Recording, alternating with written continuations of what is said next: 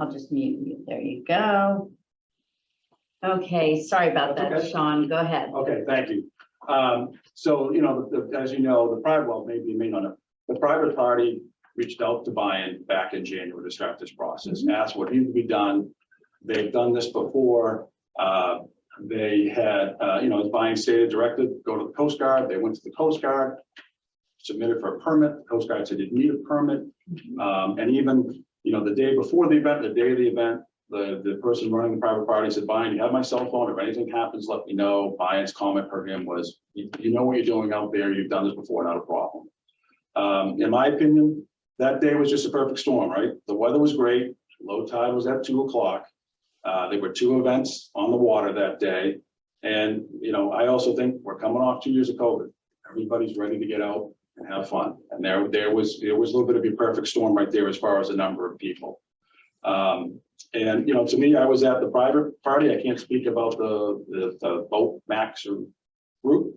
But, you know, the age of the attendees at the private party were anywhere from 5 years old to 75 years old. Fabry. Yeah, the speeding, you know, a couple of things that Bayern has been about, the speeding and slowing the boats, I agree, but that's the mouth of the harbor coming in. All of us coming in from the harbor, most people at private party came from the harbor, took a left, and we never went over 5 miles an hour. And we do that every day, all the weekends, all the time. We know that. So everyone, and it probably because Bayern, who's put the infrastructure there, we're well aware of the rules in the harbor and everyone follows them.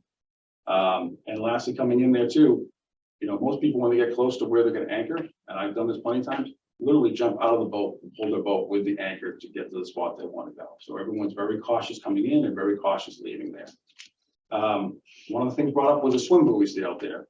I was one of the people that moved my boat past the swim buoys. I picked up the anchor, the motor was up. I pulled the boat with a couple of the boats into the swim buoy area there. I thought it was okay because we weren't under power, it was being safe. Obviously, that was not. The other thing was, another reason I thought it was okay was you have those swim buoys, which Bayern spoke about. There are no boats allowed behind that swim buoy. Right behind the swim buoy, there are 2 private docks with motorboats. There is no way for those boats to get in and out of those areas without moving the boats, unless they're dragging over the land and going on the other side of Gales Point. They have to, under power or walk it out, they have to come through the same way we do. So I'd be curious to see, because Bayern's pretty good about the rules, and I took a safe boating class. As far as I know, all the rules apply to everybody on the ocean. So that's one of the reasons there. When Bayern came over to ask us to move, we quickly did that. I talked to him, walked up to the boat, talked to him. He did get booed. I was there, was the young person that booed him. It may not be right, but I equated to the booing was the equivalent of, in my mind, if you've been at a Red Sox game and the beach ball goes on the field and the security guard grabs the beach ball, it was a friendly boo. It wasn't anything malicious as far as that was concerned. Another thing that was mentioned was phone calls at town hall. I'd like to know, obviously not right now, but I'd like to know how many calls. Was that really that much more than you normally get at the town hall? Pollution was another thing. There's no way to say the pollution was caused by the private or commercial event. I know in the private events, I know the people that attend there, we're all take in, take out. I mean, we don't want to be swimming in, we're walking around, we don't want to be swimming in trash. We're going to take it in, we're going to take it out. Trespassing, again, private event. I can't say it was those people. There were definitely people that walked on Long Beach and came out to the private event that I knew. They had permission from residents who were part of that beach committee. So that private beach. So maybe some of the other people on that private beach didn't know them, but they had permission from other residents who are. Alcohol. No one was selling alcohol out there. Okay. Everyone was BYOB. You know, regarding the underage drinking, there were many parents. Not saying it's appropriate, but in my mind, it also happens on July 3rd, the fireworks. It's the same on July 4th of the parade. I would equate it to that. Now maybe it's something new for Bayern out there in the waters. But I would equate it the same way. Excuse me, Mr. Daly, I'm really sorry, but are you almost done? I'm almost done. Okay, Yes. thank you. Yeah. You know, the boater from Gloucester, the comment the next day that he got pulled over. Again, I equate that to, there were many more people that had a great day there. Bayern's, in my mind, Bayern's the police on the water. I'm not flagging down the police to say, hey, great job, thanks very much.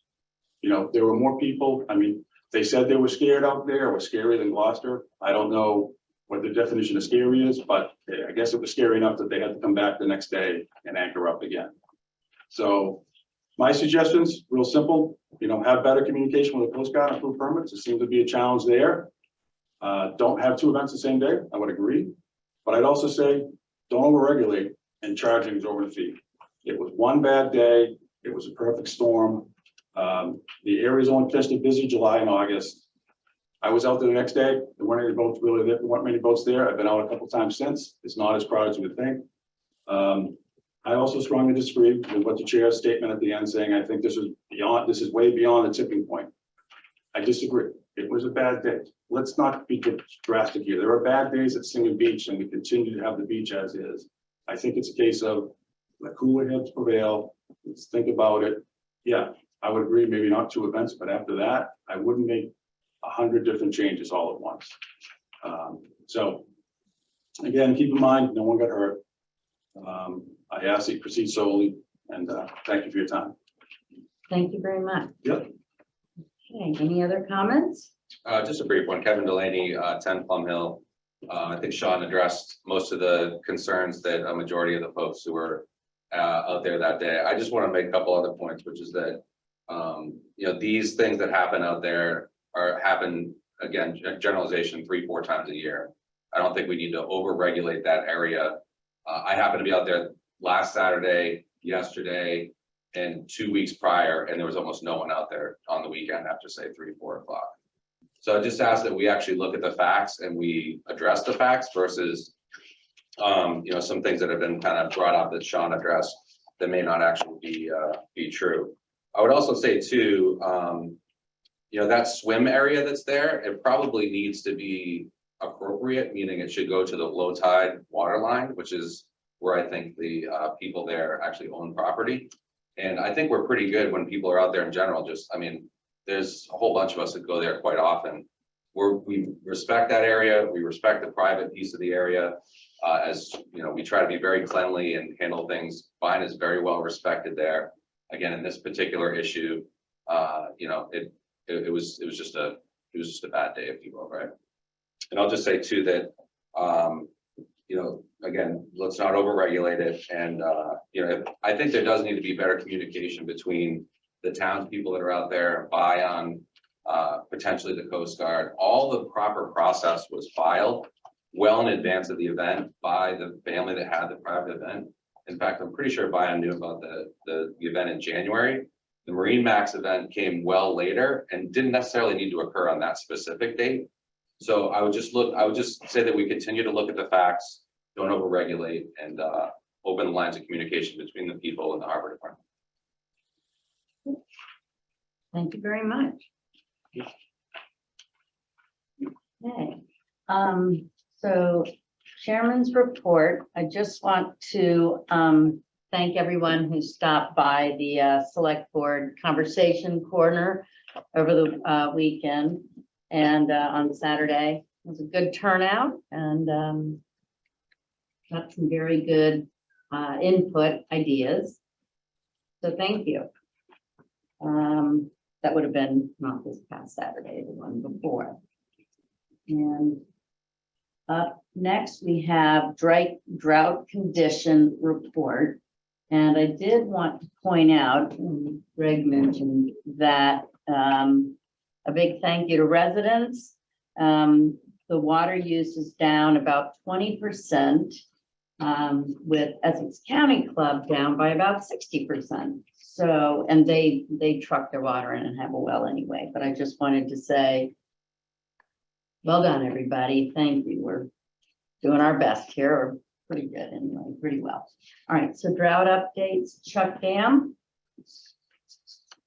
How you doing? I didn't really have anything beyond that. I will say, I talked to Ben today, and we have been seeing also some recovery in our well, both the Lincoln Street and at Round Pond well, which supplements Gravelly Pond. He wasn't able to pull a level in Gravelly Pond today, so I don't have an update on that. But like you said, in general, we're down below 1 MGD, which is really good for summer, and we're actually considerably lower than that.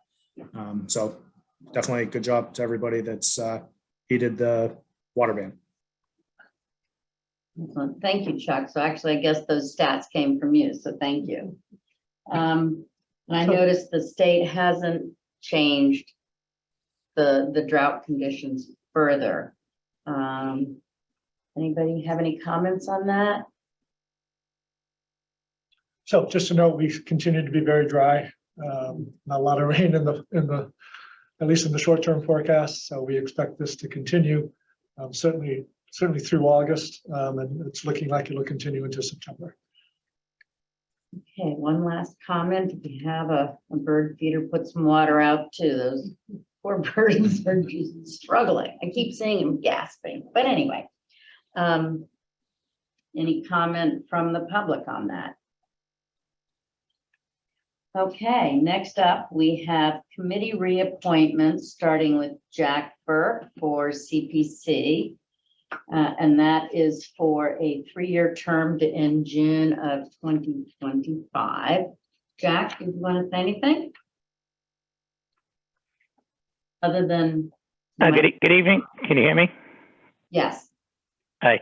I'm on a phone and on the Zoom, but my video is not working, and I have an bad internet connection. So I think if I talk to you by phone, you'll hear me. I appreciate you putting me up before the board for reappointment. I think I still have a little bit of work to do before I finally let somebody else take over. And I'll be happy to answer any questions if the board should choose to ask me. Ryan, any questions? No, I'm good, Jack. Kathy Bellata? John? No, Jack's been a good advocate for CPC. Jack, I have no questions for you. You've given a Thank lot. you. Continue to do so. Thank you. Okay. I have a motion to reappoint Jack Burke to CPC for a 3-year term ending the end of June 2025. So moved. Second. Okay. Moved by John Round, seconded by Kathy Bellata. Roll call, John Round, Yes. Kathy Bellata. Yes. Brian Solacey. Yes. And Becky Jake says yes. Jack, thank you very much. Thank you all. And next up, we have Dan Lane for Harbor Advisory Committee. Dan, are you on the phone? Are you here? I mean, on the meeting. Okay. I'm on the meeting. We just have Ann join. Yeah. Okay, do we have Dan Lane? Yeah, I don't think we asked him to attend. that Oh, okay. reappointment. I didn't see anything come through. Is it in the packet? So this was just, again, a reappointment. So we Oh, just okay. usually have All the right. usual. So if Okay, someone seeks reappointment, it's usually pretty straightforward. does anybody have questions regarding Dan Lane? Ryan? No. Kathy? John? No. Okay, motion to reappoint Dan Lane to the Harbor Advisory Committee for 3 years, ending the end of June 2025. So moved. Second. Second. Okay, moved by Brian Solacey, seconded by John Round. Brian? Yes. Kathy? Yes. John? Yes. And Becky Jake says yes. Is Ann on the phone? And Harrison too. Oh, Ann Harrison, whoopsie. And Ann Harrison? Ann? She's not muted. In and out. That's probably it. Ann? Okay. No. Oh, I think I hear her. Ann? All right. We'll move ahead. Okay, committee interviews. We have Jim Brown for the Downtown Improvement Committee. Jim, would you like to speak? Sure. First of all, thank you for entertaining this or considering me for this. I I grew up in Manchester. For the sake of disclosure, I currently live in Essex. However, I do own a residential home in trust, our family home on Tappan Street, 16 Tappan. And then my family owns quite a bit of property in the center of town and the outskirts, and also another property on Tappan Street. I'm very active in local politics. I try to keep on top of things. And I've also been attending these meetings and assisting the committee over the last few weeks, last few months. So I would like to continue supporting the town and helping the town out in any way that I can. Most recently, I was a member of the 375th committee. I also in the past sat on the zoning board of appeals for maybe 4 or 5 years. Okay, thank you very much. Steve Carhart, did you want to say anything?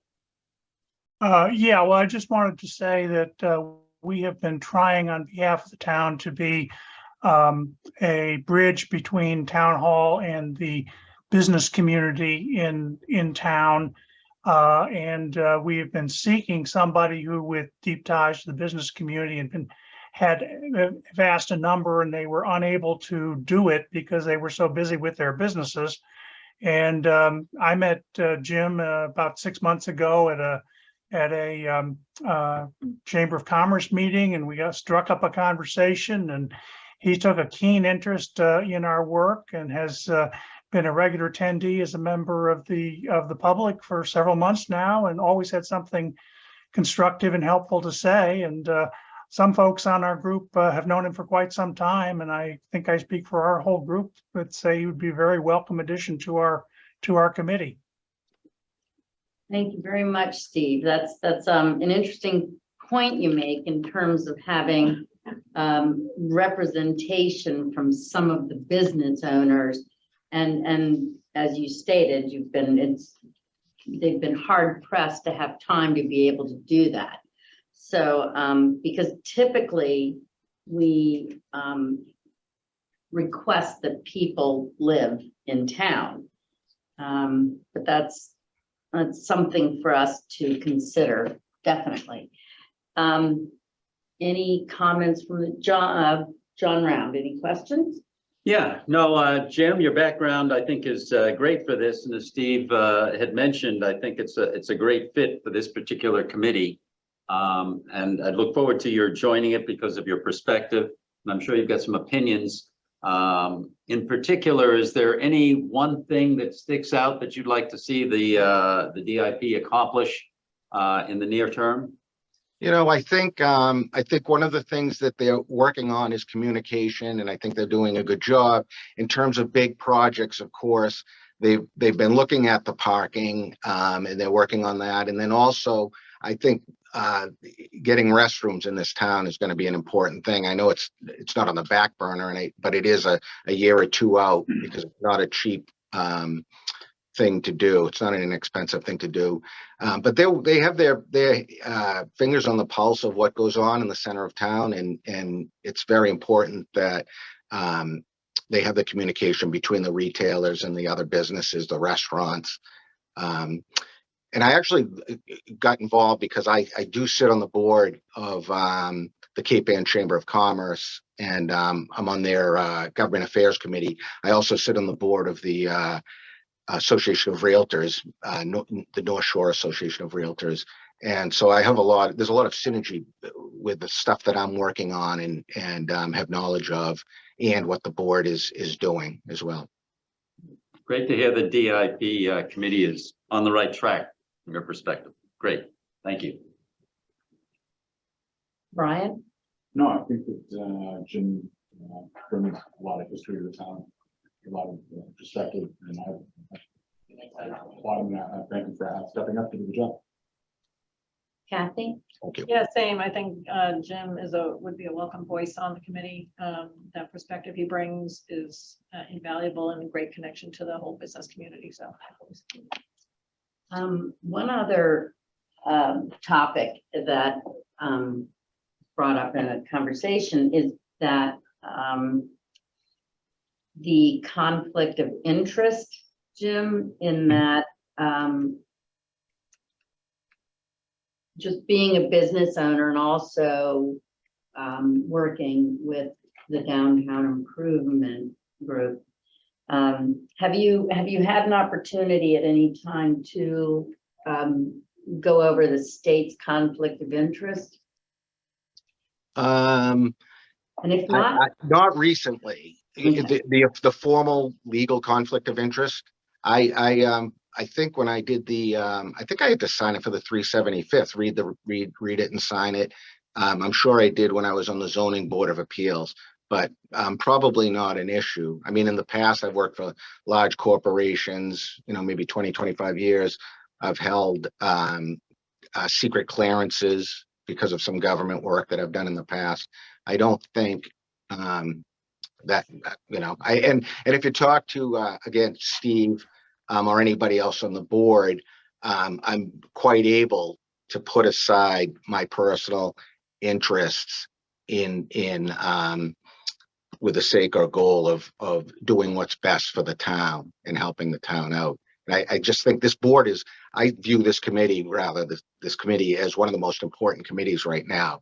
They're very active. They do a lot of great stuff. And I think it's really important to keep this, in order to keep this town vibrant and to keep this town a nice community. I would just say that if you take that criteria, any business owner would have the same conflict. So I oh, don't see a problem. absolutely, I don't see absolutely. a problem here at all. No, I'm not suggesting it's a problem. Just wanting to make sure that it gets looked into. But thank you. I think, personally, I think you'd be a very wonderful and welcome addition, Jim.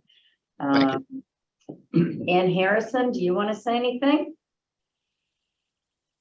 Do we have you?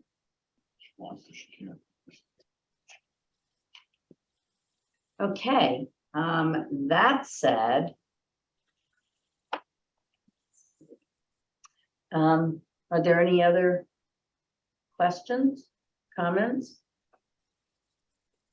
Occasionally we wait for the next meeting to approve.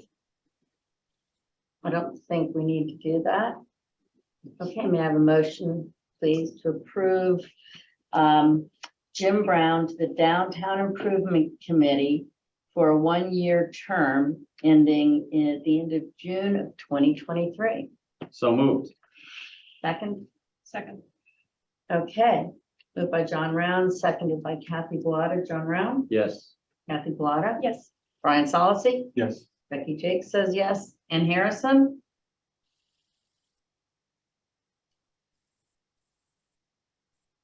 And Yes. there she is. Yay. We got her. Okay, In it's and out. unanimous. She'll be in and out. Yay. Jim, Steve, thank you very much. Thank you very much. I appreciate your time and I look forward to working for the town. Thank you very much. Truly appreciated. Next up, we have Beth Heisey for the CPC Community Preservation Committee for a 3-year term to end the end of June of 2025. Thank you, Beth. How are you? Good. Okay. Yeah. So when John Kenny was the representative from the Housing Authority to the CPC, and when he his term was up, we needed to fill that slot, and I actually really am kind of interested in the CPC, and I like all the projects that have been done under that purview. So I thought, oh, I'll step up and take a look at it. And I also noticed that the last couple of years, a couple of projects have been from the Housing Authority have not been funded.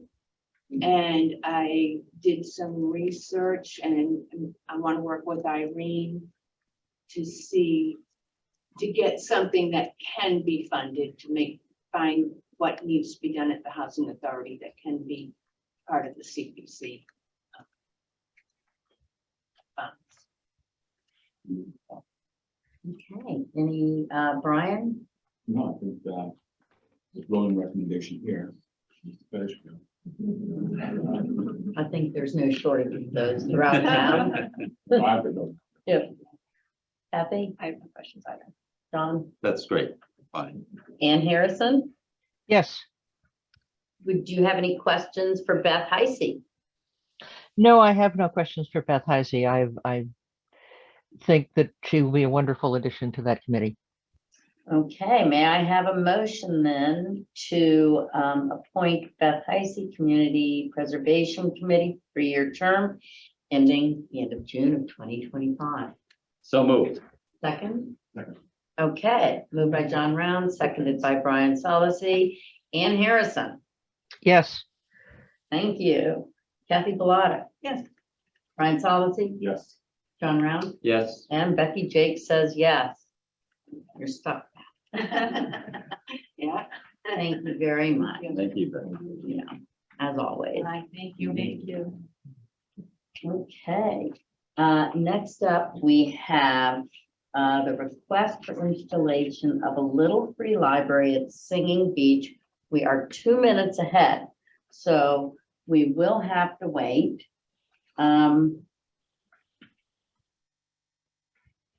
Let's see, 1 more minute. Does anybody have any problems with the consent agenda? Minutes, December 2nd of 21, June 16, 22, July 18, 22, and August 1, 22. All right, if there, One comment, yep, some of us cannot vote on. that's December correct. 2nd. Yep, So that has December to be pulled 2nd. out. And there were 2 people at the meeting that we went to. Yeah, I can't vote on this. So the only people, okay. May I have a motion to approve the minutes of July 18 and August 1? I'll make a motion to approve both of those as written. Thank you. Second. Okay. Ann Harrison, Yes. Brian Solacey, Yes. Kathy Bellata, Yes. John Round. Yes. Becky Jake says yes, so that was moved by Brian Solacey. I thought it was John. No, it's me. John and Round moved was I. it. You got that. Okay, I'm just gonna stop there. And now it's 7 o'clock. So we can go back to the free little library, and we have representative Hi, from the library. Where'd you go? I'm right here. Can you Oh, see? there me? you are. Hi, I'm Miley Black. I'm the teen librarian at the library, and we have a gorgeous little free library that we'd like to put up at Singing Beach. So we're just getting permission. We've got permission from Parks and Rec and an okay from Conservation Committee. As you know, I think you have all the paperwork there in front of you. And I can answer any questions. And I thank you very much for your time here tonight. Thank you, Miley. It's a great idea. I really enjoy seeing those around. I do have one question for you, and that is regarding who will be maintaining it. Mhm. Where the funds for that would be coming from. Good. So we have a couple of volunteers who show up faithfully every week to fill our little free library at Masconomo Park. And they have agreed to take on the Singing Beach Library too, if we need them to. I also have an eager batch of teenagers who would love to be involved. So, Would they happily paint? they happily painted already, and it continues to get painted. We can't seem to leave it alone. It's a gorgeous work of art. You will love it. That's such a great idea. I love it. And Thanks. to co-own an independent bookstore. The more Oh. books out there, the better. All right. Okay, then, do we have any more questions from anybody regarding our little free library? Just one question. So how many of these do we have in town, Miley? I think we have one so Just far. Just one at Masconomo? Yes. I've seen them around at other towns as well. Yeah, they're sprouting up all over the place. Yep. I think there's some that are privately owned as There well. might be some that aren't town sponsored. Okay. It doesn't register. I just know I see Is it. it- Yeah, up on Summer Street in front of some. Yeah, there's a couple of three that I know of around town. Mhm. Ann Harrison, any questions? No, Okay, then, in that case, I did speak with, Steve at Concom, and nothing. it seems like I gave up. crossed and I's been dotted. May I have a motion to approve the Just got one request? more question. Yes. I'm sorry. So the preferred location is what, Number one. there were three options, right? Right, so the preferred is that number Okay. one, which is closest to the path onto the beach. Makes sense. Okay. Okay, thank you. Anything else? All right, motion to approve the request for installation of a little free library at Singing Beach according to the pictures with the location which we received. So moved, option number one. Option number one, thank you. Second. Second, okay, moved by John Round, seconded by Brian Solacey. Ann Harrison, Yes, Brian Solacey, Yes. Kathy Bellata. Yes. John Round, Yes. and Becky Jakes says yes. Thank you, Miley, very much. I look forward to seeing it out there. Thank you for being such a wonderful group to work with and for your time. Thank Thank you. All right, so next on the docket, let's see, we have to wait 1 minute. Okay, so it's Kathy, Ann, and I for the June 16th meeting at the rec center. May I have a motion to approve? move to approve. Okay, I'll second. moved by Ann Harrison, seconded by Kathy Bellata. Roll call, Ann Harrison, Yes, Kathy Bellata, Yes. and Becky Jake says yes. Okay, the next one we have is December 2nd, 2022. So you two cannot vote on that one, but John, Ann, and I may. May I have a motion to approve the minutes of December 2nd, 2021? So moved. yes, yeah. Second, Okay, moved by John Round, seconded by Ann Harrison. Ann Harrison, yes, John Round? Yes. Becky Jake says yes. Okay, there we go, 7:05. All right, on to the adoption of financial management policy. That. Okay, Greg, you want to tee this one up for us? Sure, so we've been operating under these policies informally, and the desire was to make them more formal.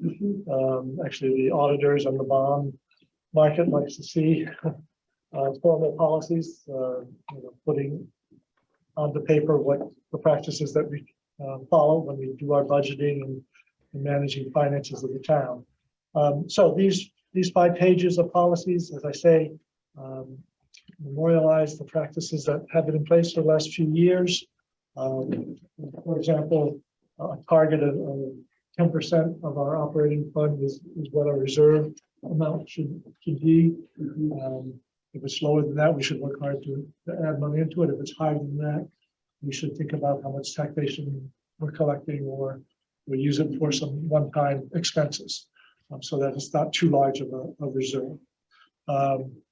It talks about the processes that we follow in terms of accounting principles, following various governmental standards, accounting standards that are promulgated by the industry, CPAs, and federal government as well.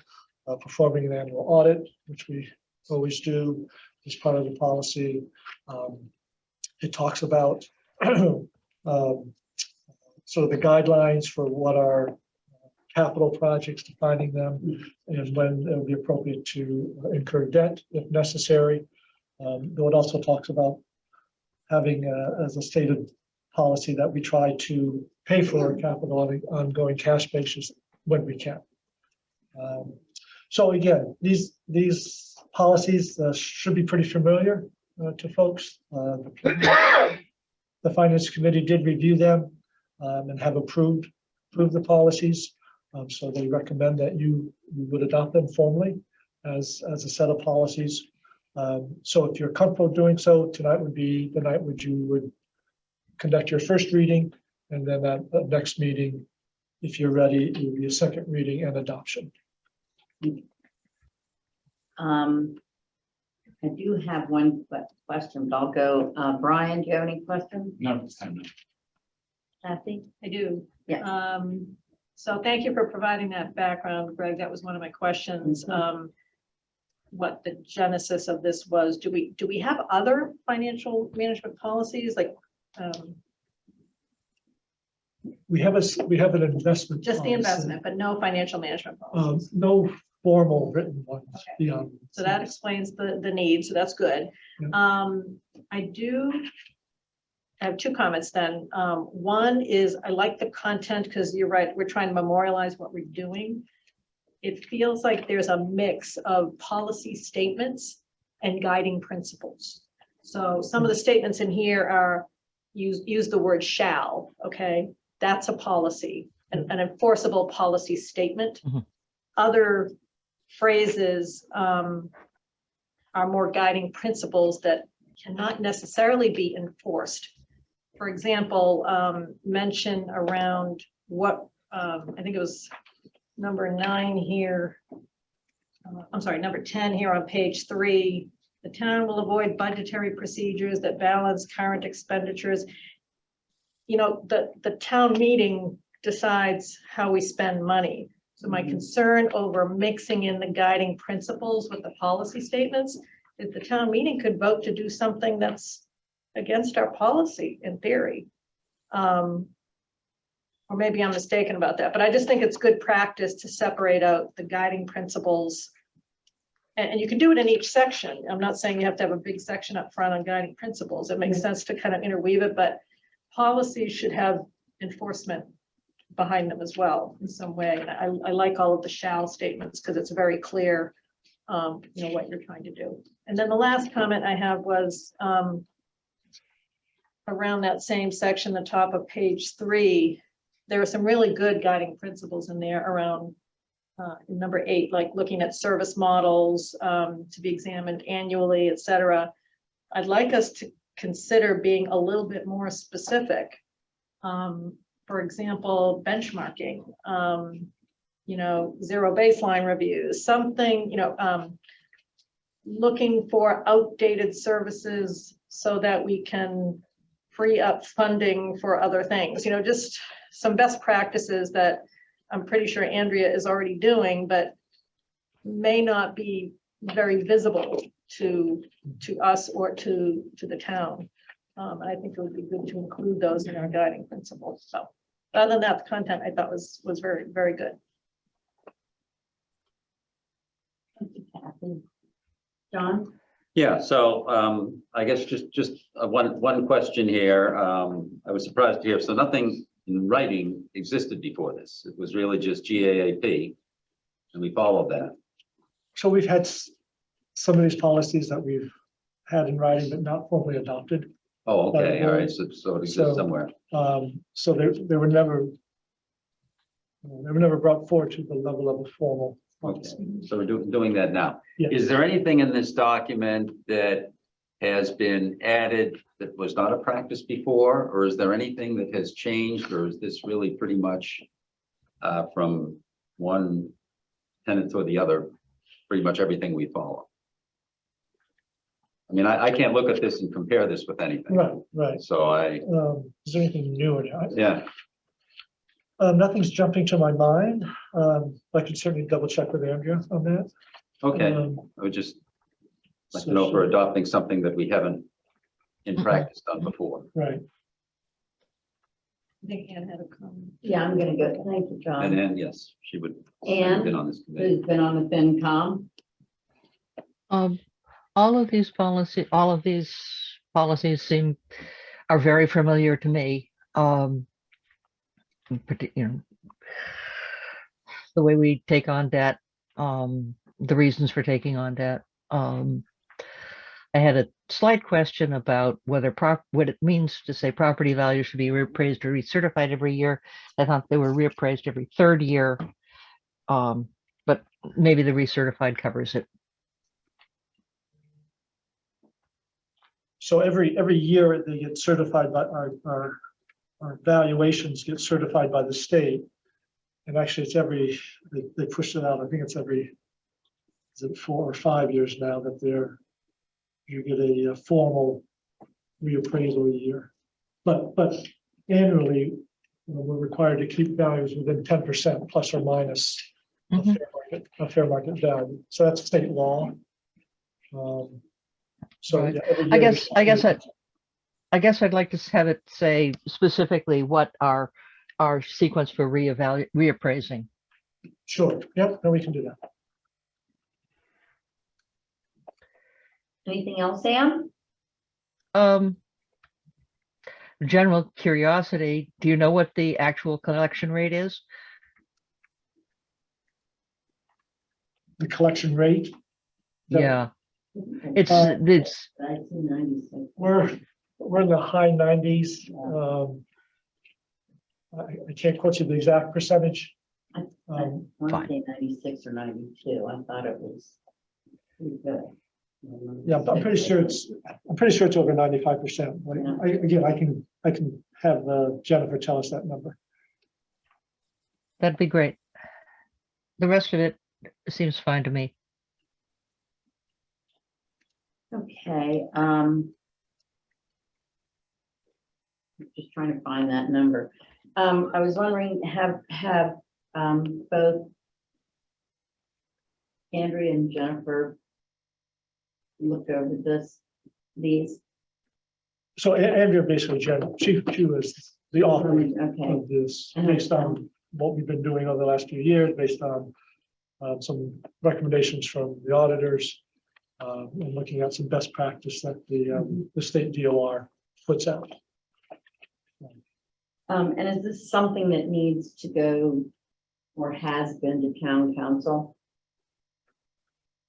You certainly can. I'll have to check with her. She's reviewed it with them or not.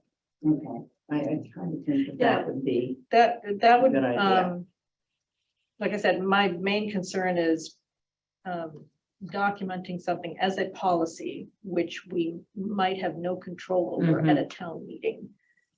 So those would be the statements in particular I would suggest pulling out as guiding principles, type of thing. And then I was just curious, but what is on page 3? And it's, page 4, number 3. What is tax exempt paper, commercial paper? What's that mean? The short-term debt, including tax exempt commercial paper, shall be used when authorized for interim financing of capital. What is that? So some of the bonds will be tax exempt because of the municipal bonds. Commercial paper. Is that what they mean? That'd be an example. Could I get some more Sure. specific clarification on that, I think? So I think what we need is a little- Becky, if I may. Yeah. When we were building the 2 schools, we didn't know exactly how much it was going to cost. It was particularly true with the high school, but so we didn't bond initially and waited until the project was substantially complete. And I think that is the sort of thing that is described as tax exempt commercial paper, which is a short-term indebtedness. And when we were doing it, it was very, very low interest rates. Right. So it'd be a bond anticipation note. Okay, so this is actually a term used that people who are doing this kind of work understand. But is that what we're? Yes, but I can be more layman terms if that's helpful. If I may, Anne is kind of our leader on the policy rewrites to make sure they are crisp and have the right definitions. And I would just make sure that whatever this winds up being, adheres to those good practices that she and now John are. Yeah. Does that sound good to you, Anne? If you think it's Yeah. good? I will certainly go over it when I get back and perhaps Kathy and I should talk about separating out what is policy and what is practice. The shalls and the shoulds. Yeah, if it should, yeah, that's a red flag right there. Yes, happy to, Anne, participate. Anyway. So we will pick this up at the next meeting. Fine. Okay. But move to approve for an initial reading. May I have a second? Second. Okay. Move for the initial meeting approval. Ann Harrison, seconded. Kathy Bellata. Roll call vote. Ann Harrison, Yes. Kathy Bellata, Yes. Brian Solacey, Yes. John Round. Yes. And Becky Jakes says yes. Okay, 7 late traffic calming strategies discussion. We have Todd and Chuck with us. So Chief Fitzgerald, would you mind giving us sort of an update on how things seem to be in town these days? You muted, sorry. I probably didn't. Can you hear me now? Yes, thank you, Chief. All right, thank you. Well, thanks for having me on.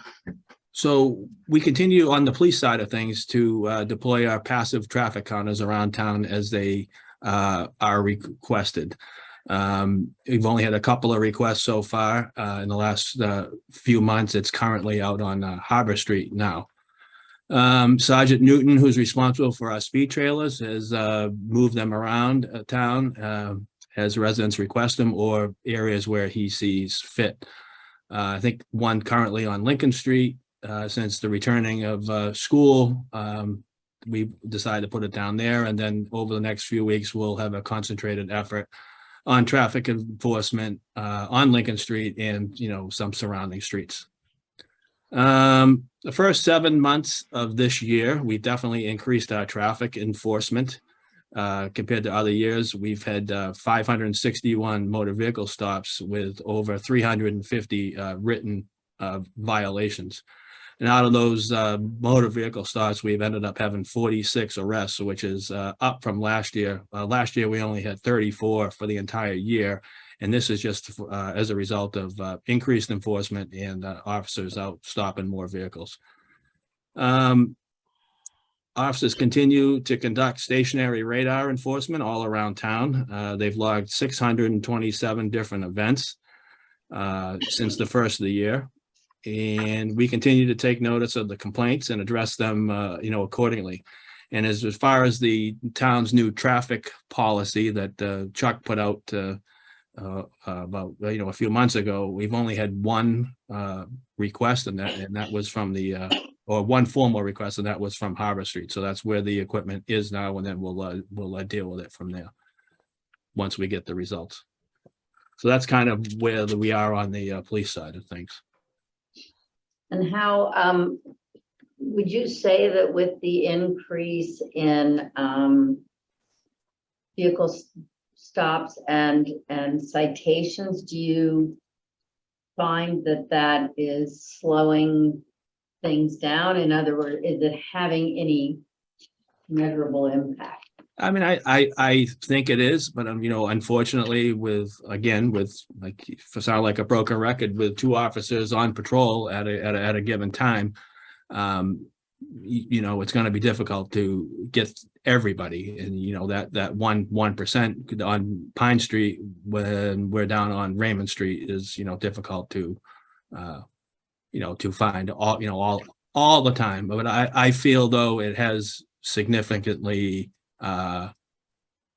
reduce traffic in certain areas. Again, we're still going to hear the complaints, and but we'll address them as we see fit. Thank you, Chief. Any questions from the board Or what comment? or Actually, comments? Yeah, I actually happened to run into Chief Fitzgerald in the parking lot this afternoon. I see the police officers out there doing the very best they can. Mhm. I would like us to consider thinking about technology to augment their work. There is technology that other people in other towns and maybe even other states may use to catch speeders. I know, you know, I used to drive through a suburb where if you ran, you know, they actually had a problem with people running red lights. So you run through the red light, they take a picture of your license plate and they send you a ticket. No human intervention involved. So the technology does exist, probably. Maybe no one around here is using it, but good ideas can come from anywhere, and maybe that's an option for us to look at, or have our new IT community based in Danvers look at, because we're probably not the only people with this issue. So just a comment to that, after we talked about it, I remembered something that in regards to the speed cameras and red light enforcement. So if my memory serves me correct, speed cameras and red light cameras are not used in Massachusetts because there's no law that governs the use of that equipment. However, there is, I want to say it's around 2010 or 2011, sometime when the automatic plate readers were put into place on the tolls. And that was, I believe, put in by Governor Patrick to increase revenue. But it's definitely something that would help with manpower. And if we could put those in place, then I'm all for looking into the technology. But I don't believe they are allowed in Massachusetts at this point. And as a matter of fact, I think Maine around the 2008 timeframe made those illegal to use. And I think they're one of 14 or 15 states in the country that do not allow those. So I think it would be a good question to ask, and if there's something that is not allowed, then, and if it's something that we think would be helpful, then the next step would be, how do we get it to be allowed? If it would be something that would be helpful. I just Googled it and it does I agree. say- Yeah. Sorry, go ahead, Chief. No, I agree. I mean, it would definitely be helpful in something that we could, put into place. I'm more than willing to take a look at it if they're allowed. Excellent, thank you. Anne, do you have any questions or comments? Oh, I'm with Kathy. If we could do automatic enforcement, it would be safer for the police. It would be more effective. And I think the right place to go is our state representatives. Okay. Very good. Brian, No. John? Yeah, just in terms of complaints or comments from citizens, has that rate really changed at all in the past, say, 6 months to a year? Yeah, I mean, I've only had one or two in the last couple of weeks, and that was from Harbor Street and one from Beach Street. So as soon as we're done with the Harbor Street, we're going to do Beach Street. That's something I forgot to mention to Chuck earlier today. Beach Street from like the railroad tracks up towards the beach. So is that to say that your typical call rate is 1 a week or so? Is that what it is? You said 1 or 2 the past couple of weeks. Yeah, I mean, that's been the whole summer. Okay. Yeah. So actually, John, your comment made me think of something. If it is not currently legal for us to issue tickets, I bet we could still maybe get a more accurate representation of how much speeding is actually happening. It doesn't involve privacy. It just involves the tech, and you don't have to, look for a specific plate number. It's just this car moved from distance point A to point B. Do the math and you can tell whether or not they were speeding, and we could get some real data as to how big the problem is. We have two. We already have that equipment. Yeah. Yeah. Okay, Yeah. so, Yeah. I mean, if you want to get some real data, Pine Street where I live is we don't call, Yeah. we don't bother calling Todd every time, Yeah, but there's a lot of activity, I'll say. So. that, most of the stuff that we've done over the past few years is on our website under traffic studies, so it's available to the public. Okay, We've had great, Mill awesome. Street, we've had Excellent. a Yeah, couple, so- but Just for purposes here, Todd, have things changed with regard to median speed? For the, what do you have? You have one on Pine Street. Where's the other one? School or? Well, the trailer is on, there was one on Pine Street, the other one's on Lincoln right now, I believe. Okay. And I don't know, has there been, well, depends upon where you are as to what the median speed is, I suppose. So. Yeah. right. That's It- it. You know, and the other Good. thing too is when we did the speed study or the traffic committee or the speed limit working group a couple years ago, I don't know if I sent you all the memo that was sent back in that was approved by that board at that time. We still need to update some of those signs around town. It's something I'll send over to Chuck just to make sure we're both on the same page. So for instance, Pine Street from Woodhome inbound and outbound to the center of town is 20 miles an hour. From Woodhome out is 25 until you hit 128. So those speed signs need to be changed. Yeah.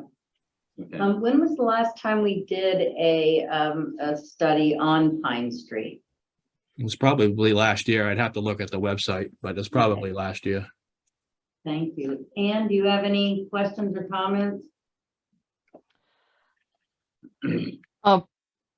Maybe we have two, I think the trailers do not record. Is that true? No, the trailers do record. So you can get information from the trailers about what people are going, what speed? Yes, it's the Not same. what people, but Yeah. okay, so what? Yeah. Okay. What?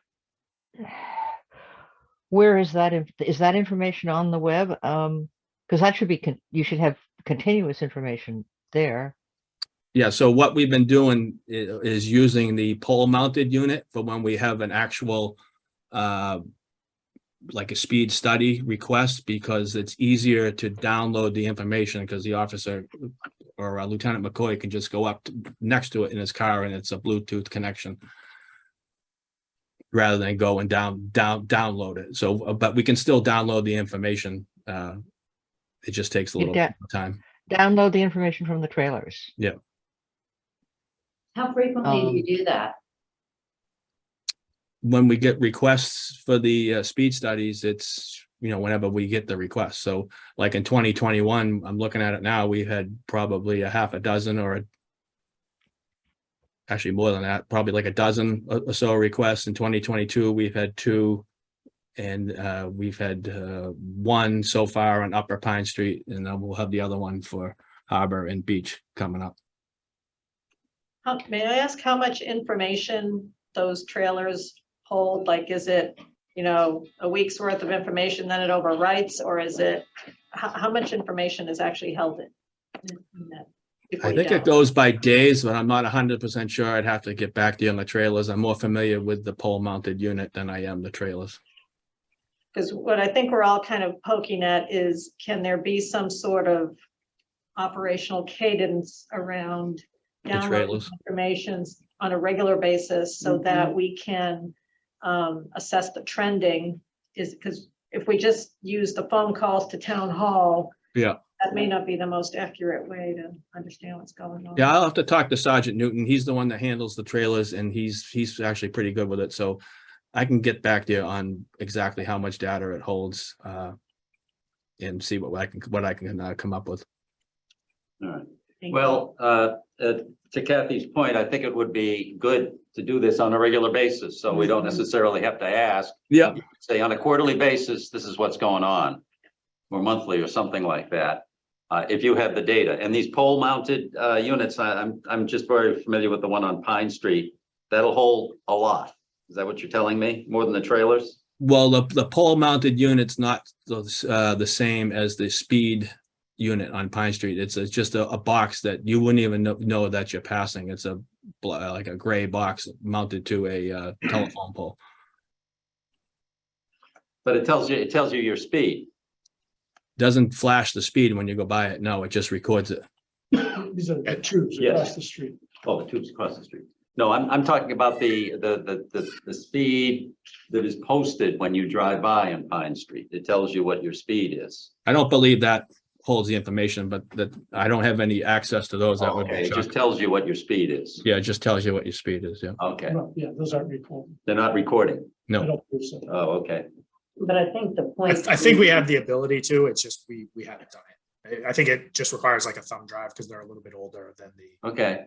previous versions. So An we option. haven't done it like Todd was saying, the kind of newer version that they have, you know, you just pull right up and it Bluetooth onto your laptop. We're not set up like that. So we haven't, you know, frankly, there hasn't been any kind of request for that data. And so we haven't been, you know, we don't have the, you know, kind of capability to keep up with, you know, like you said, literally at this point, years worth of data. What type of cost would we incur to be doing that on a routine basis, gathering that data and having it so we can assess more easily? I don't think it would be much cost more than, you know, like Mark's daily routine would be to gather the data and put it up. I think that would be useful. Yeah. You know, the one on Pine Street, et cetera, if you can get an option to attach something to that and get information out of it quarterly or monthly or something. Because these questions come up from time to time, and if you've got information that say, yeah, you're right, or Mhm. Yeah, we yeah. think that's the things are getting faster or slower, we'd have some answers. Yeah. Yeah. But we always have to kind of go back and say, well, we'll take a look. Yep. I guess one other thing would have to, I don't know how Todd's work with the trailer mounted ones, but also for the speed feedback signs. I'm not exactly sure when they record the speed. So you're getting an instantaneous reading versus, you know, people may be decelerating or in some cases accelerating beyond the signs. And so what does it actually record? I couldn't tell you off the top of my head. And that's why when we do speed studies, it's with the kind of incognito version to see what people are actually driving, not, you know, their feedback speed where they may or may not decide to brake, you know. Right, and I think Which is that's the an intention. important concept to understand the context of the data that's being collected. I think what we're all getting at though is data is good, and if we don't need to let the perfect be the enemy of the good. And if we're looking at this from a trending standpoint, just gathering, you know, regular data, when you're assessing trends, it's okay if the data is imperfect. I think that's really what we're getting at. So whatever you guys can get easily, I think would be the first order of business. To Becky's point, we don't want to introduce a lot of cost or, you know, time. It's what can we get easily so we can look at some trends. But reliably. Yeah. And Yeah, the placement of some of the your speed is signs will tend to give you funny results. Specifically, I'm thinking of the one on Bridge Street, which is exactly at the point where the speed limit changes from 30 to 20. So if it's measuring as you're approaching it and you're doing 28, you're still within the legal limit. And you can brake and be at 20 at the change. So maybe we need to think a little bit about where we put our signs, our measuring devices. If they're at a change of speed limit, they're going to get peculiar results. Yeah, unfortunately, it's not an exact science because we do actually spend a lot of time thinking about where we place this, especially the speed feedback signs. And unfortunately, you know, it takes into a lot of account, like first of all, the sun, because they're solar. Then it takes into account, you know, are we putting it in somebody's, you know, front window? So we try not to do that. And then, you know, you need to get it somewhere where the sight line is good enough where people see it before they get to it. So there is actually more than, you know, most people would think going into where we put them. Also, we try not to add, you know, more signs where there already are signs. So yeah, there's a lot that we think about, but we can take another look at that. okay, yeah, it'd be nice if we could get some at some point an idea of, can we do this? Can we find a way to routinely monitor, at least for a little while, And that'd be great. Are there any comments from the public? Questions? Okay, I see Lieutenant McCoy's on. Did you want to say something, Lieutenant McCoy? You can unmute if you'd like. There. Yeah, I do agree with Chuck with the permanent speed data things that we have that show you how fast you're going. That's not giving an accurate it's not getting accurate data. That's more gearing towards to tell the driver how fast they're going and to slow down in the area. The black box that we use and we put it on poles, that's, I mean, you drive by it, you have no idea you're even in a speed study. That gives the most accurate information. So that's basically. And I believe that picks up your actual speed. So as soon as it sees you, it picks up what your speed is when you're going by it. Yeah, it gives you accurate speed. It tells us if it's a motorcycle, tractor trailer, car. So. Okay, good. Thank you. All right. Chuck, did you want to add anything else to that? No, I guess, I'd be happy to take any questions, but I guess the traffic calming policy that we have in place, we've been kind of adhering to it. I think, as Todd said, we have this study going on Harbor Street right now. So we'll evaluate that data when we get it. And then, there were some other response. I think actually last time I was on with you guys talking about this particular topic was more geared towards Pleasant Street, and maybe some of the neighborhood around Norwood and Vine. We received a grant to actually install permanent signage. So the same speed feedback signs, as well as some pedestrian activated crossing signs. But that money is just not available until November. So Todd and I have on our schedule that, once that stuff goes in, then we can reevaluate and do, more testing, because the testing that I think we gathered before, was kind of inconclusive when it came to, are people actually speeding or not, in terms of the policy. Obviously, some people speed, some people don't, but, how much of a problem is it is the question we're trying to answer. Yeah, exactly. Any other comments from the board? Just a clarification. So I guess for Greg, is this a formal action that we can, get some information, and then, can you talk to the team offline and kind of get back to us on a when? Yeah, so let me circle back with Chuck and Todd, and probably certainly give you an update at your next meeting. Okay, that'd be great. And I would say thank you very much. I know you all have, police department and DPW been putting out signs, slowing traffic down, yield signs, always a lot going on. And it seems that the complaints come more quickly than the congratulations or praise. So, but thank you very much. Thank you. A lot of hard work. I will say this in the interest of full disclosure, I don't think anywhere is near as many smiley faces as they should. From whom? From the sign. I didn't even realize there was a sign. This is being recorded, right? Yeah. I get lots of smiley faces, at least from signs. So, all right. Thank you, gentlemen. All right. Have a good night. You too. Okay, next up, liaison update. And it's okay, just before we go to that, I wanted to go over the liaisons a little bit. And I had been down for school committee, but it seems to make sense that Ann Harrison do that one, if you're amenable, Ann. Since she's been on school committee, she has a very good and deep understanding of the workings and intricacies. Ann? I would be delighted. You sound it. Thank you. No, that would be wonderful. I think it would really be helpful. So to reiterate what we have Kathy Bellata as ZBA and Planning Board, Brian Parks and Recs and Library.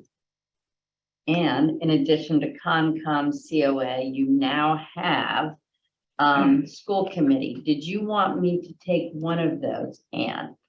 Either Concom or COA? Or are you comfortable with a trifecta?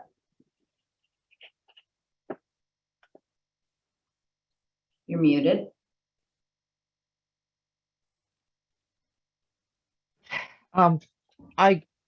Yes, I will follow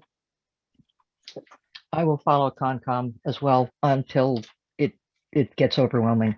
Thank you. And what about COA? COA is not going to get to be a heavy burden, I'm quite sure. Okay, thank you. And the water resource is John, as is the DPW, with Kathy Bellata as backup for DPW. Affordable Housing Trust, we have our trusty and wonderful Muffin Driscoll. That leaves me with the Board of Health, Slack.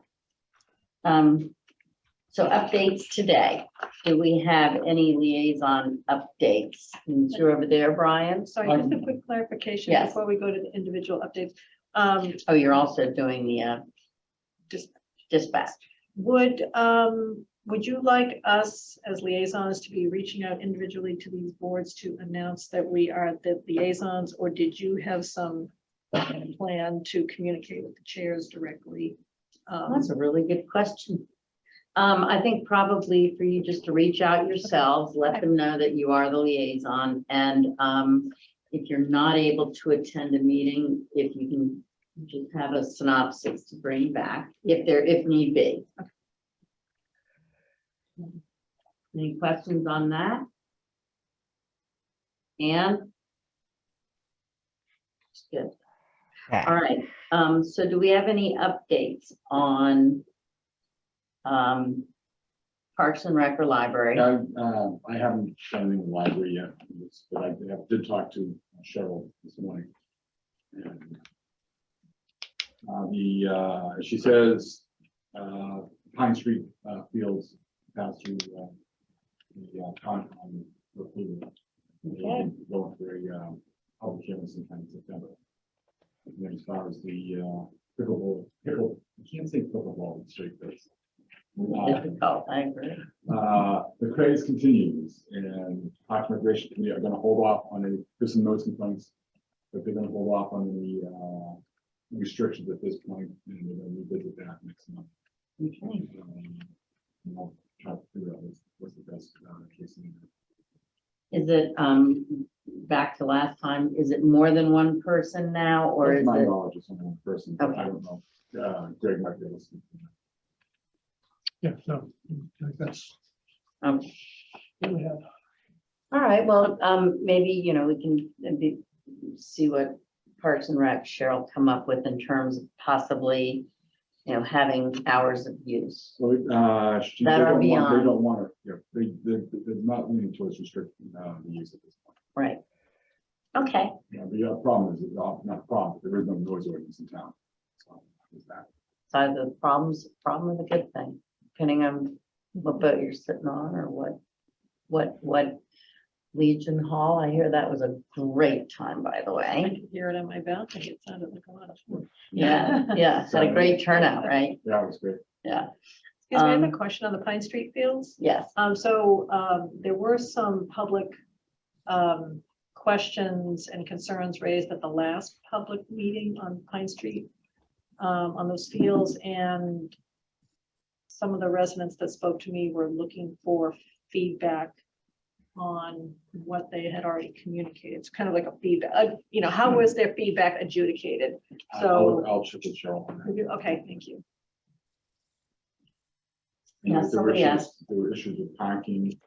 Well, it was, And access because of the sidewalk. there were concerns about safety on the Yeah. sidewalks, and so this gets to our conversation last time about communication. So residents have expressed a concern, Mhm. and they haven't heard back on what was done with their concerns.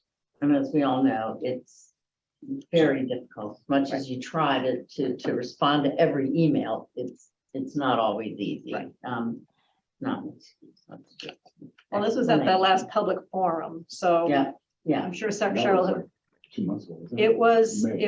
I was not, I think I was- it was May, I was because in I the- wasn't was at the here. airport and I was. Yes. Sitting on. I was out of the country, so, because I was following that as well. Thank okay. you.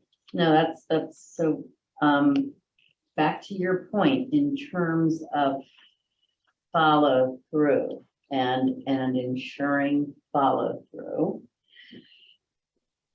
So, recommendation. yeah, so I mean, one technique could be to have a simple spreadsheet of the feedback collected at the public meetings. And, a column on what was adjudicated, how was that feedback adjudicated? Yes, we heard, but we're not going to take action, just some feedback to the townspeople. And that could be posted on the website, Mhm. just, but I just think people are voicing verbal concerns, so it's not documented in email, and Right. without that documentation, they're concerned things are gonna fall through the cracks. Greg, what do you think about that type of, an idea of having a template after public forum that gets posted on the website? So I think if we could create a standard template that every public forum uses, or here, here are the issues raised, here are the proposed measures to address. Something like that. That's a great idea. That's a really good idea. And I think that's one of the things we're hearing from a number of people is have my concerns been addressed? And so where do we go for this? What would be the next step?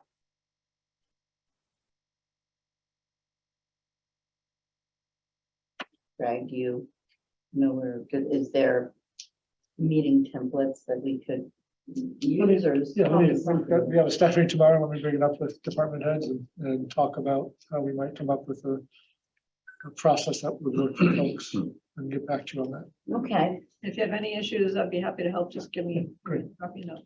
template queen, Yeah, template queen. Maven. Okay, so shall we put that on next month's meeting's agenda? September 8th, or do you want to go for the following? Very simple template, so it's really about, Okay, would it be well adopted and it's, Okay. so that is next meeting. Let's see what else we have there. A couple of things that this is the next meeting. Okay. Next on liaisons is ZBA Planning Board. So, just, I don't know if you want Brian to fill you guys in on the ZBA, but, they are, in their deliberation on the 40B. Excuse me.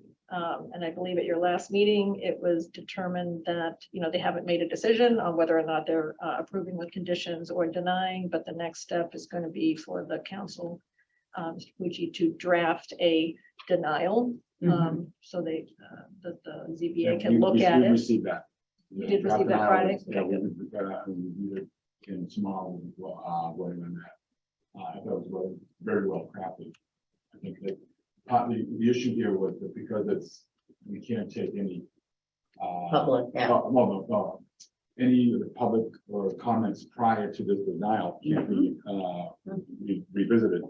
You got to roll everything into the all the comments into the denial itself, and I think he did an excellent job. And we'll be voting on that tomorrow. So at least we'll be reviewing it, and my expectation is probably be voting on it tomorrow as well. Thank you. And then just Greg, for that, then if in your opinion, we vote on it tomorrow, then the 20-day clock starts after that? Or should we take the full 40 days? So You don't in have your to, but last, you have to file it. Once it's filed with the town clerk, Right. then that So, final 20-day I clock don't know, starts. and file it, once we vote on it, I don't know, if we're gonna file it at that time or just sit on it a little longer, I don't know. It depends if you feel a need for any further edits and follow. so then on the planning board, they also met a couple of times since I think I've given an update.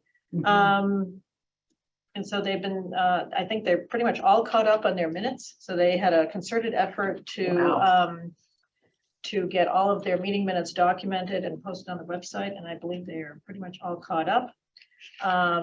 They also had provided a statement of findings to the ZBA on the SLV 40B. They wanted to make sure their position was well documented and given to the ZBA, so they had done that.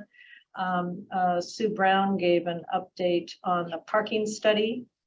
She said the data collection was completed in July and that she's going to be gathering info from the downtown business community and would come forth with recommendations in the September-October timeframe. Then we had a discussion on the master plan next steps. There was some confusion about what we as a select board were looking for. And so I stated that we were really just looking for a status. So Ron had mentioned, because I had spoken with Sue Brown, and we had spoken at our retreat about the fact that the master plan had been done pre-pandemic, and we could just use a status on which items were completed, which items were in process, just where do things stand? Which items were still applicable? Yes, Yeah. exactly. And so there was some confusion. Some of the planning board members wanted to set up a subcommittee to kind of take a look at the master plan, but that was determined. I spoke up, and that's not what we were looking for. We're just looking for an update. So that was all clarified. And Sarah will be working with the town planner on that. And she said, I believe she said a few weeks.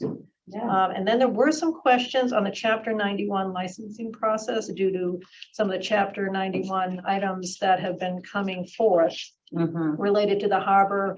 And I think it was Mary Foley that mentioned they're wondering what their roles and responsibilities are as a planning board for Chapter 91 licenses, et cetera. And there didn't seem to be clarity around that. So it sounds like another roles and responsibilities clarification may be in order. Some were saying we don't need to have anything to do with it, but other items had come before the planning board previously, like the Crockers Boatyard expansion. So it seems like there's some clarification that could be helpful. Greg, Well, so bylaws require a special permit from the planning board for any items that also require Chapter 91 license. There are two separate processes. One's a state process, one's a local process. The state license is not valid until the local process has also been completed. But it is, we don't currently require an applicant to seek one before the other. We leave it up to the applicant to choose which one they submit first. I think that perhaps has caused some confusion. I think so. So the sequencing, whether or not there's a sequencing, also someone mentioned that it was curbs and docks and piers do come before the planning board, but other things go before Concom. So there is one of those tools that I was going to bring to the next retreat. I think I'm going to send it to you earlier. That may be helpful, a Racy Chart. Right. And so I will send that to you tomorrow. Just, it's a tool that can be used to outline deliverables, who's responsible for what, who the decision makers, and if that would be helpful for this as well. That would be it. And that is my liaison report. thank you. And we are waiting on information to put up on the website regarding the update on dispatch. Yes. Yeah. So we need that draft schedule, and we did suggest that we could at least update it with the IMA that was signed. That could, I'm not sure who worked on that. That's out there. That's up there, should be. On the actual dispatch website? I thought it was, but Oh, okay, I'm sorry. I'll I double saw check. it somewhere. I but saw it think- somewhere, but I'm not sure I saw it on the dispatch. So Yeah. I will double check that. I don't think I saw it on there. Okay. Thank you very much, Kathy. And, any updates on Concom or COA? COA continues not to have meetings in July or August, which is nice. And I have missed the Concom. I will get back to that. Sorry. No, it's summer. Okay, John, any updates? Yeah. DPW or Water Resource Well, Protection Task Force? With regard to resource, just a little bit, since our meeting on August 1st, the Water Resource Group in its entirety has not had a meeting. We will have a meeting on August 17th. So there hasn't been anything that's transpired with the total group. However, there are 6 subgroups, as you may recall, from the discussion with Steve Gang that we had on August 1st. And there are progress on studies that continue to move ahead with regard to what feeds our aquifer. In other words, how far is water coming from what other towns to feed our aquifer? And probably equally important, who uses that aquifer? What other towns use it? Certainly we do. Essex, in particular, there are private wells, and we do have a list of the private wells, and there are scores of them here in town. We do have to take a look and find out, okay, which ones are active and which ones are in fact in the aquifer, because a number of them probably are. But we have to look at that and see what's going on with that. And we are going to look at a potential study in terms of what feeds Gravelly Pond. We certainly do pump water in there from Round Pond, but that does get water from the aquifer, and we can do some studies. And we're going to commission someone, I think. We've got a proposal to look to determine just how Gravelly Pond is fed, because of course that is half of the water supply that we've got here. And finally, at the meeting on the 17th, we're going to look at our water rates, which was previously discussed. We've got about a 20% spread from lowest to highest using rate, and it really doesn't make any difference to anybody in terms of pricing. We are going to try and do something about that. We realize that there are issues with regard to some of the consumption. Some of that large consumption may just be large apartment buildings, and that's really can't be compared with someone who's doing irrigation, but we've got some ways to think if we can get around that. So that'll be part of the discussion on the 17th. Finally, as you had mentioned, Becky, it is August.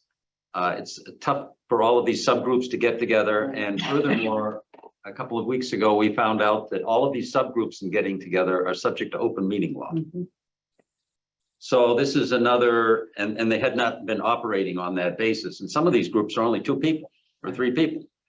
So we've got the that's just another consideration in terms of scheduling times when people can get together. So getting this information and moving it along and determining exactly what the deliverables will be from this large group may take a little longer, certainly within the time frame that we've got here, but of 18 months. But August has been a bit of a challenge in that regard. So things continue to move along. Okay. Next up, we have, thank you, John. Muffin Driscoll for our Affordable Housing Trust. Did you have anything to, for Pete's sake, sorry, my eraser keeps coming out. Muffin, did you have anything? I know you did send us an email with an update. Yeah, and then an update to that update is that the RFP will be on the central register next week. We received an email from Sue Brown earlier this afternoon. Excellent. Yep, and there will be September 21st, I believe, from 11 to 12. Sue Brown and members of the Affordable Housing Trust, John Feuerbach and Chris Only, will be available for any developer to come into town hall and ask any questions they may have. So we're hoping someone appears that day. Excellent. All right, thank you very much. Welcome. All right. Let's see. Regarding the Board of Health, I think you've all seen the email exchange where co-chair of Board of Health wants to bring a proposal to project drinking water sources to the planning board. And that's it for me right now. So that's it on liaison updates. Now we can move on to public notices. And let's see, this is DEP notice of Chapter 91 license permit application. Greg, do you want to? Do you need Just to speak note any that of these? the town's project for rebuilding the Central Street culvert and dam, getting closer. One of our last remaining permits is the Chapter 91 license.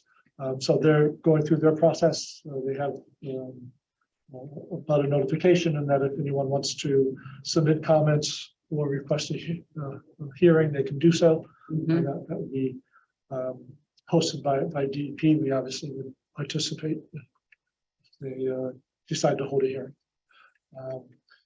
Similarly, there are Chapter 91 licenses from the private sector, both marinas in town, 91 license applications into the state, as does a private residence for a new float dock area. So those are out and about, available, and people are free to submit their comments to the state, and they'll take it from there. Has there been any sort of update on, I don't see anything on the town website under the DPW regarding why we're doing this? I mean, I know there have been discussions about it, and we're trying to mitigate the flooding that happens upstream, but to do that, we can't start upstream. We have to start and work our way up. Yes. So I don't know if there's been recently any community outreach on that. Not recently. We have the studies that have been done, but we could perhaps do an update in terms of where we are with our funding quest. We're still waiting to hear from FEMA and the BRIC grant, which is the large application. We just recently have submitted a couple additional very large applications in case the BRIC grant does not come through. But the various agencies are talking to one another, so they know that we are applying for these other funds in case the BRIC doesn't. So they'll be working together in their reviews. But we could put an update. I think an update would be good, including, the not just where we are, but why we're doing this. Yeah. And some of those past studies certainly document the need. And those who were here and for the Mother's Day flood. Mother's Day flood. Went swimming down Norway. Yeah, I was reviewing some of the pictures because I was not in town at that time. Oh, it was something else. It was an education to see some of those pictures. It sure was. So yeah, this is not going to solve all of those issues, but it's the first major step. Right. As you say, we have to work downstream and work our way upstream. Yeah, I think that would be good to explain to people, or at least let them have that understanding of why this is being done. So yeah, if we could do that.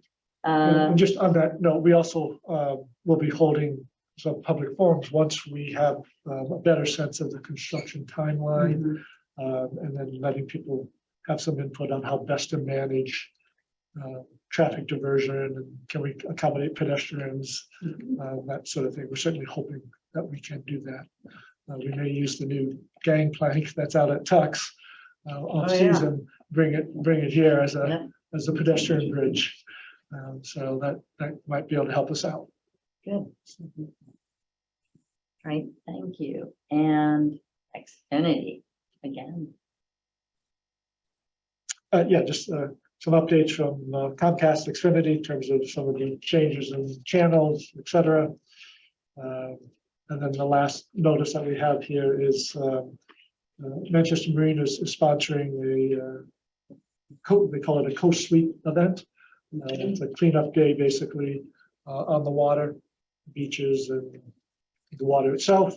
And they're offering to support that. You go to Manchester Marine, you can register, pick up bags, and you can bring the debris that you find on the water or along the shorelines. You can bring it to them, and they'll dispose of it.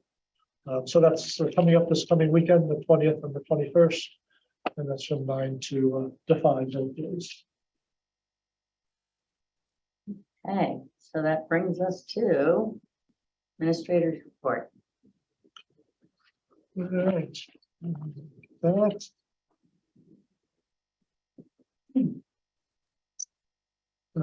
So first off, folks may know that the new final guidelines on the MBTA zoning law that was enacted last spring, they had draft guidelines that created quite a bit of concern and comments. The state received, I think they said they received over 400 formal comments to those guidelines. So they have responded. They have the final ones that they just released last week. And those are up on the website of the MBTA link that's on the town website. So the new guidelines have provided some additional flexibility. The total number of new units for us has come down. Under the proposed, we were at the 750 units. Under the draft, we're in the 559, and that right around 550, 560. And that 40% of those would need to be within a half mile of the station, and the other 60% could be in other parts of town. So some greater flexibility, but there'll still be lots of need for conversations and how best to manage the new requirements and whether or not the town wants to go forward. That's all to be decided in the future. They pushed back by a month the deadline for filing your plan of how you will proceed. So we have until the end of January to do that. And then we have until the end of December 2024 to enact new zoning if we want to be in compliance with the new law. So conversations obviously need to take place with you and the community and the planning board in particular, and figure out a game plan for putting a path forward. So just clarification on that deliverable. So you mentioned the plan is due January of 2023. Yes. So thinking back to that Racy chart we just mentioned, who is the accountable party to approve that plan, final approval on that? Is that the planning board? So it would be the selectmen to approve the plan, but it would be the planning board who would carry the bulk of the work. Okay, so select board approve. This might be a good use of that document. I'll send you tomorrow to kind of get clarified right up front who the approvers are, who's going to do the work. And the state actually hasn't provided the form yet, so I'm assuming I said it with that because that's how the initial form was required. It was a selectmen approval, so I'm assuming they'll do the same on this, but we haven't seen that in final form yet. That's fine. When do we know when that's expected? The final. They didn't give a deadline for that, but I'm assuming in the next month or two. Okay. I just regardless, I think it would be good for us to draft something. And before we get into the nitty gritty of how we want to approach the plan, Right, let's get who the plan clear is, who's right up responsible. front, Yeah. who's the decision makers, who's doing, and then we can talk details. Yeah. Because that is not that many months away. Right. That's year. Okay. The question, did that response address anything about existing units? Because you said new units. Mhm. That was always a question in my mind, Right. because different towns have done different things in terms of what the units are, Right. meet their density. So that's a requirement. detail I haven't delved into. That's a very yet. important detail Yes, too. it is. Okay, It is. But how do they count existing? that's correct. So, yeah, we'll get more information on that. Okay, Moving on, you accepted the administrative role of the Boston Post cane, awarded to the eldest citizen in town. So it might make sense for one or two of you to help sort of put together the nitty-gritty details of that, working with Nancy Hammond, Council on Aging, would be a logical place for support there. And so Maybe that's Ann and I would do that. I mean, just put it together, not that we're the ones who present, but work with Nancy. yeah, I think that would be great. Unless Fine with somebody me. else would like to do it. And I'm okay. John, you look yeah, like. I mean, I could, certainly, Ann is the appropriate person with the COA. If you'd no like to, question. that's great. I mean, you have But I a can- lot going on. That's why I'm just, No, I can help with Ann on that because the Boston Post cane, there is an interface there with regard to the Manchester Museum. oh, okay, good. Okay, yes, because yes. they hold the cane and I'm on the board there, so that's All right. probably natural. Ann and I. Okay, John and Ann on that one. Okay, good. And then just a quick update on, so a number of the policies that you've been reviewing, we've said, well, that really is better placed in the personnel, or it already is. And one in particular, the exit interview is something that you had talked about last spring. So that is in place. We have a template in place. And then our HR coordinator, Michelle Maloney, will be making sure that happens. And who would actually be doing the exit interview? So she would be in conjunction with the department head typically. Okay, excellent. Thank you. I can scratch that off the list. Okay, and we'll see that. And then so we do, we will need your final sign off on the updated personnel policies. We'll have that ready fall here. Moving on, Harbor Master Plan, you received a letter from an engineer who was representing a number of property owners along the harbor in particular, and asking for a meeting to talk about the harbor in general and a potential master plan for the harbor. And they have responded back and saying that a September 19th date, so coming on your meeting on the 19th, your second meeting in September, would be a good time for them. And so we'll tee that up for that time. Question on that. So this was also discussed at the planning board meeting when they were discussing what is our role regarding the harbor. So if this group is going to come in to the select board meeting September 19th, I think we want to get our roles and responsibilities clarified. Does the planning board, what is their specific role regarding the harbor? Because they are responsible for the town's master plan, right? Who's responsible if we do a harbor master plan? Is that planning board or select board? Wouldn't hurt to get all that. Or maybe the Harbor Advisory Committee. Or the harbor advisory committee. Yeah, exactly. The other question with that is, or concern, is that there seem to be, like most things, laws, different ways to interpret. And I've been hearing different interpretations of the chapter 91. So should we have an expert who is representing the town, waterways, bylaws expert here? Clarification. Oh, we certainly can. I just think that would be a good idea rather than just having one side stating what it believes, and another is chief. So. Yeah. Okay, thank you.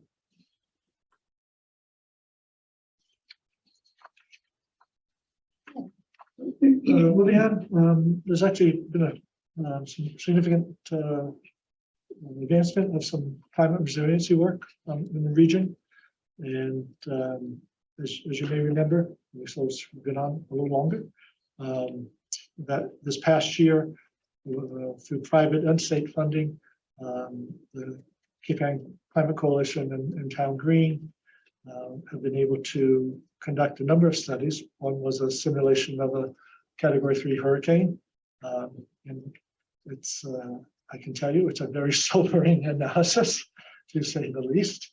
Yeah. It's pretty amazing what is predicted would happen. And the amount of destruction that we would witness. Quite so. In addition to that, they did a study of what are some shorter term steps that could be taken to lessen the impact of such a storm. Whether you're shoring up some seawalls or whether you're improving the health of some wetlands or salt marshes to try to absorb some of these impacts. So that was study number 2. Study number 3, there's in the midst of wrapping up, look at net zero housing, best practices and ways that the 4 municipalities on Cape Ann could encourage, if not require, net zero housing for new construction. Something that the state is also working on in a new super energy code. And we have the stretch energy code. They're looking at one that would go a step beyond that. And then the 4th study that is being wrapped up is a look at waste to energy options. So at not only solid waste, but also to the trash, household trash, but also the sludge that's generated from a sewer plant. Are there ways to capture energy from those sources and turn it into a cash positive rather than a very large cash negative, which it currently is for us. It's timely because Gloucester is in the early stages of looking at a new treatment plant for the city. And indeed, there's some interest in talking about a regional facility. Are there opportunities for the 4 communities to team up for the handling of waste? So that's all good news and good progress. Those studies will be up on the website and be available to the public. And we'll get those details out to folks. For year 2, the second year that's about to begin, thanks to Representative Ferrante and Senator Duttar, the group was able to secure $200,000 of state funding. And this is with a focus on natural systems.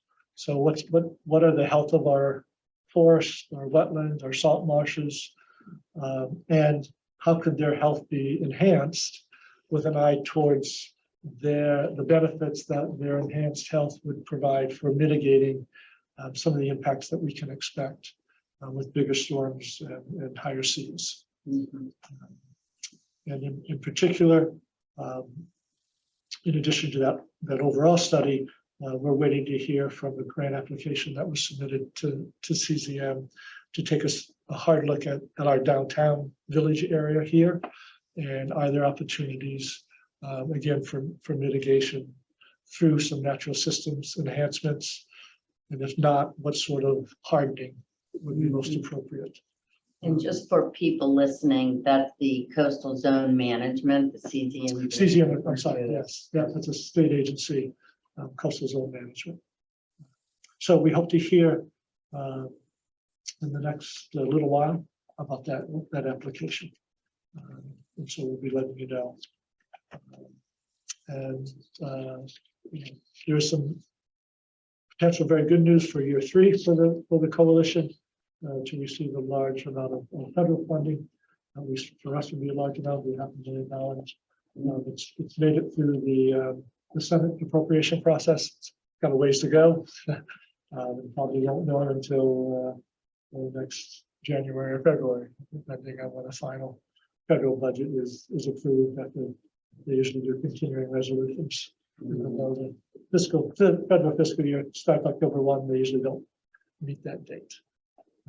But at least we've made it into the Senate appropriation proposal. So that's thanks to Senator Warren and Senator Markey. So they've been helpful with that. So all of this will merit probably a special meeting sometime in the fall when we can present some of the findings and outline some of the next steps in more detail. But when you take that, Frightening, give a heads up. some frightening visuals. Some frightening visuals, yes, I'm afraid there are. Yeah. But hopefully that's a motivator as well. This question, have you guys ever done a tabletop exercise? A what? So that's one of the follow-ups. Okay. Yes. For emergency preparedness. Yes. Yes.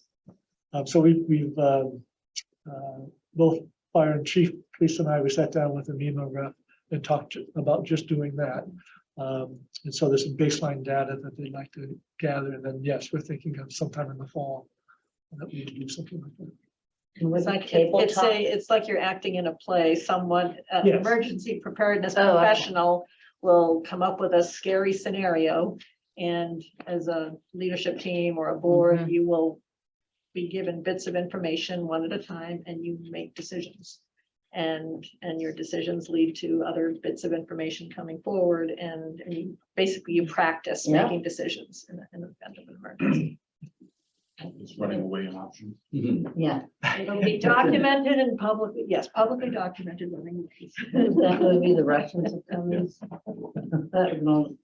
Yeah, well, actually, part of it is evacuation. Yes, yeah. And what instructions do we have and recommendations to people for evacuation?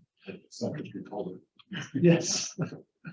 So that's something that we talk a lot about here, but it's something that probably deserves more attention. And then just finally schedules, show you some of the time I'll be away in the next couple of weeks, both for pleasure and for some board meetings that I have. And then also wanted to talk a little bit about your schedule, and whether or not, so we are scheduled currently for the 25th for the second half of your workshop session, for priorities and strategies, strategic planning. So I know that Anne is, she won't probably be able to be in person on the 25th, so don't know if we wanted to try another date or. Yeah, I think we should. I mean, I think at it needs to first be I in was person. thinking that but it functions much better when we're all together, I think.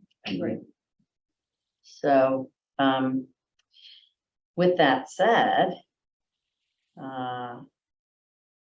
is Greg, let's see, where did you say those, your dates and the 29 and 30?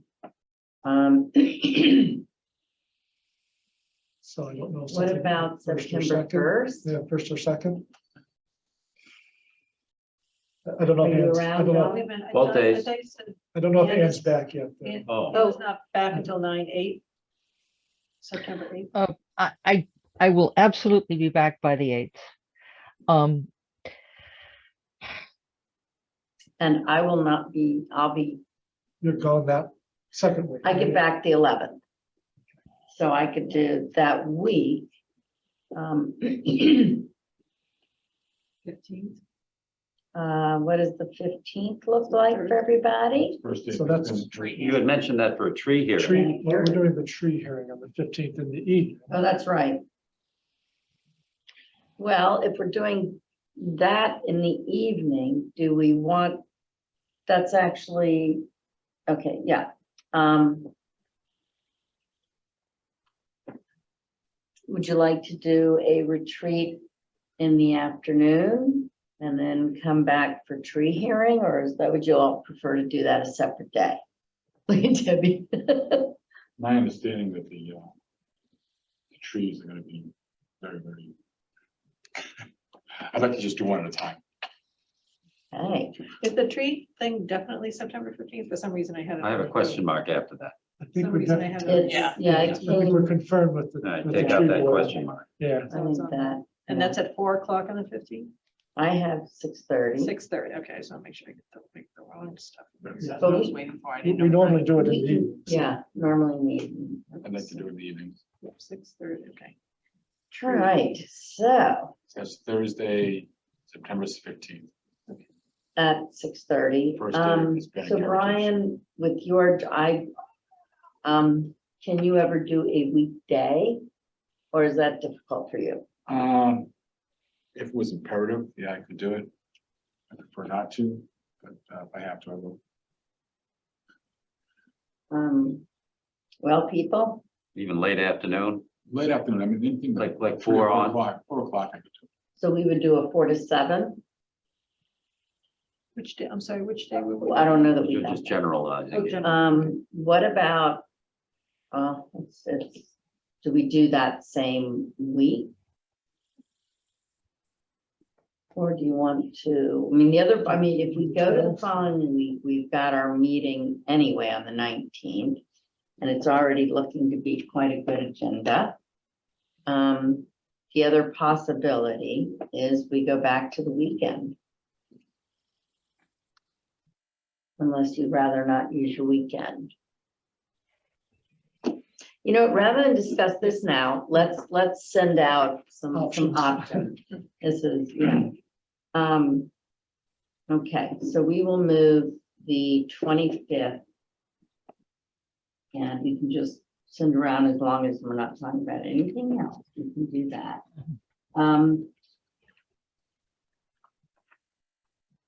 So that brings us to the point in the meeting where we say we're going to go into executive session, not to return to open meeting. And we are entering into executive session per Mass General Law, Chapter 30A, Section 21A, 3, to discuss strategy with respect to litigation if an open meeting may have a detrimental effect on the litigating position of the public body, and the chair so declares, as well as executive session per Mass General Law, Chapter 30A, Section 21A, 2, to conduct strategy with respect to contract negotiations with clerical union if an open meeting may have detrimental effect on the negotiating position of the public body, and the chair so declares. May I have a motion? And So- again, so not to moved. return. Not to return. Okay, moved by John Round. Do I have a second? Second. Okay, moved by John Round, second, Debbie gets put down by whom? Ladies' choice. Ann Harrison, Yes. Ann? Yes. Okay, Brian Solacey, Yes. Beth Bellotta, Yes. John Round? Yes. And Becky Jake says yes. Okay, recording is being stopped.